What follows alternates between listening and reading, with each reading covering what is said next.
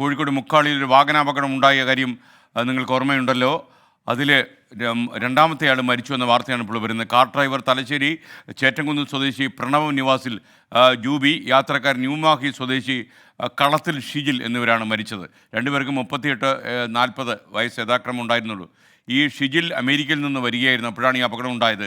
രണ്ടുപേരും മരിച്ചു എന്നുള്ള സങ്കടകരമായ വാർത്തയുടെ വിശദാംശങ്ങളുമായി രാഹുൽ സുരേഷ് കോഴിക്കോട് നിന്ന് ടെലിഫോൺ ലൈനിൽ ചേരുന്നു. രാഹുൽ, യഥാർത്ഥത്തിൽ എന്താണ് ഇതിൻ്റെ വിശദാംശങ്ങൾ? വലിയ കഷ്ടമായി പോയി. ദാരുണമായ സംഭവത്തിന്റെ വാർത്ത നമ്മൾ നേരത്തെ തന്നെ റിപ്പോർട്ട് ചെയ്തിരുന്നു. ആദ്യം ഈ അപകടത്തിൽ ഒരാളായിരുന്നു മരിച്ചിരുന്നത്. പക്ഷേ പരിക്കേറ്റ രണ്ടാമത്തെ വ്യക്തി കൂടി ഇപ്പോൾ മരിച്ചിരിക്കുകയാണ്. അത് മാത്രമല്ല, രണ്ടുപേരെയും തിരിച്ചറിഞ്ഞിട്ടുമുണ്ട്. കാർ ഡ്രൈവർ ആയിട്ടുള്ള തലശ്ശേരി ചേറ്റുകുന്ന് സ്വദേശി പ്രണവ് നിവാസിൽ ജൂവി, യാത്രക്കാരനായിട്ടുള്ള ന്യൂമാഹി സ്വദേശി കളത്തിൽ ഷിജിൽ എന്നിവരാണ് ഈ അപകടത്തിൽ മരിച്ചിട്ടുള്ളത്.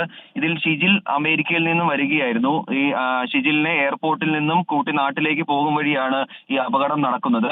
ദേശീയപാതയിൽ കോഴിക്കോട് മുക്കാളിക്ക് സമീപം രാവിലെ 7 മണിക്കായിരുന്നു ഈ അപകടം നടന്നത്. ഇതിന്റെ CCTV ദൃശ്യങ്ങളും പുറത്തു വന്നിട്ടുണ്ട്.